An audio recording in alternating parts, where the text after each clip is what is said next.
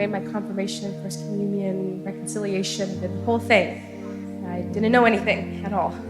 Then I went off to college and I decided that I was going to become a lesbian. So I did that for 8 years of my life. And, I lived a double life. My family still was going to the Catholic Church.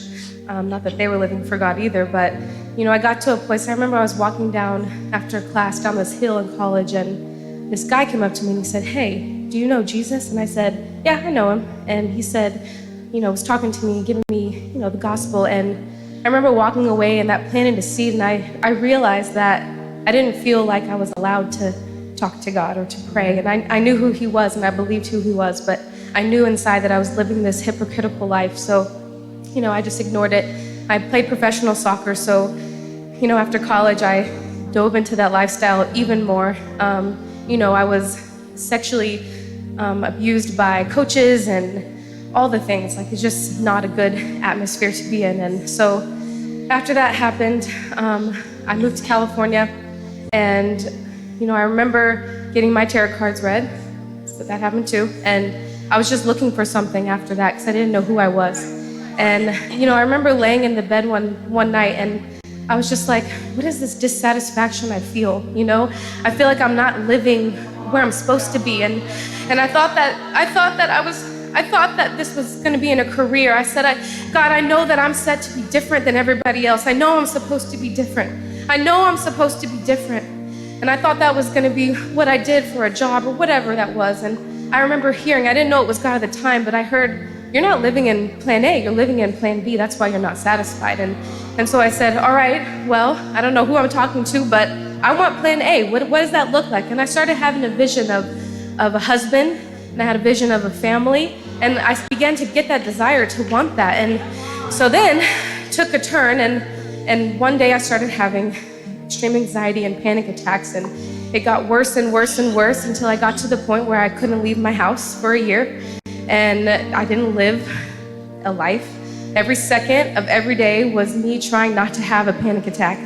My family didn't know. No one knew what I was going on. I was doing this alone, and I don't know what incline. I spent thousands of dollars on therapy, the best behavioral therapist in Los Angeles, and this and that, and tried a bunch of stuff, and something helped here for maybe a day and here for maybe a week, but it always came back honestly even worse. And so one day, I don't know what inclined me to do this, but I said, you know what, I'm going to go back to the Catholic Church. That's all I know. So I started going back to Catholic Church, and I began to have encounters after communion, and I would begin to weep, and I would hear things, and I would see visions. And one day I said, God, I don't know what went wrong, but just heal my mind for men, heal my eyes for men.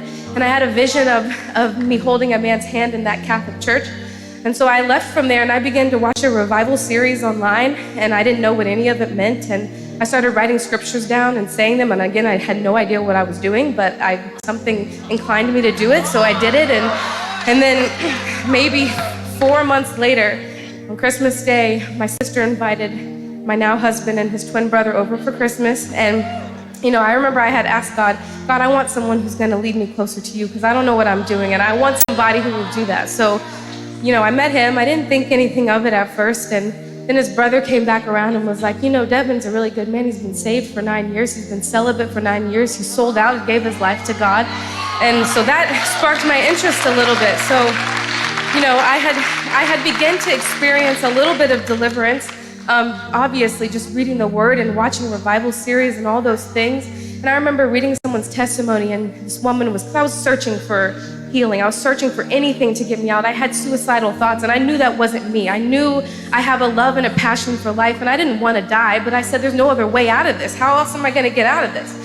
So, I listened to this woman's testimony, and she said God healed and delivered her fully on the floor of her baby's nursery. And I remember the first thing out of my mouth was, God will never do that for me. He'll never do that for me. I couldn't believe it. So, after I met Devin, I told him everything that was going on, and I guess I should back up, because before I even spoke to him, I was sitting on my couch one night, and I audibly heard the voice of God say, Devin is going to be your husband. And I said out loud, Devin's going to be my husband. So I said, I guess I should text him. So I texted him, And, I found out after the fact that one of his spiritual fathers had just called him and said, the woman God has for you is about to come in your life. And he hung up the phone and I texted him. So it was God orchestrated. And I think God knew that he had to be very obvious to the both of us. So in saying all of that, I began going to a Christian church. Devin showed me that Christian church. Mind you, I did hold his hand in that Catholic church. That happened. That vision came to pass.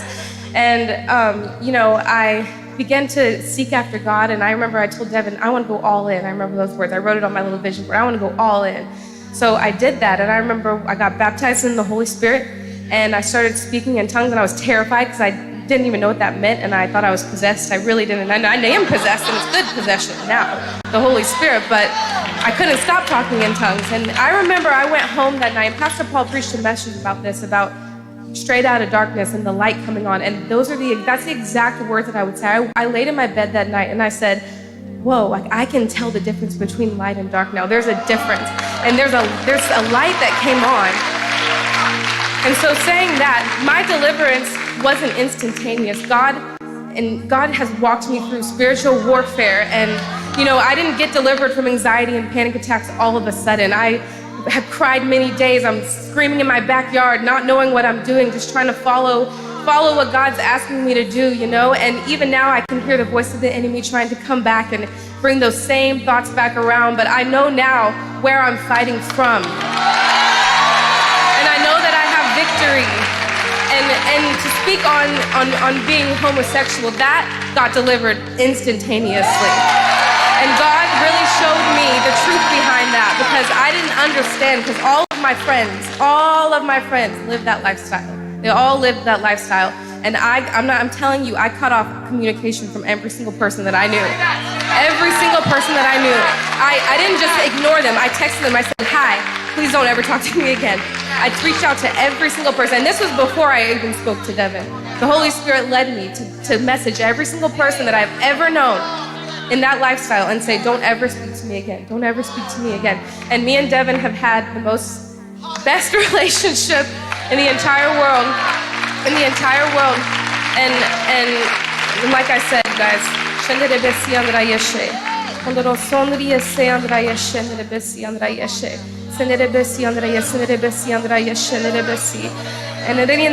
I feel pressed to say right now that especially when it comes to homosexuality, that the biggest thing is it's not who you are. You have to separate it from who you are. It's not who you are.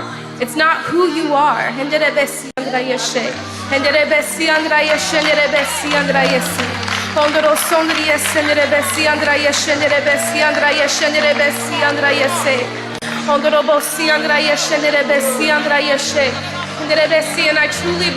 truly believe that there's going to be a huge harvest in this, a huge harvest in this community.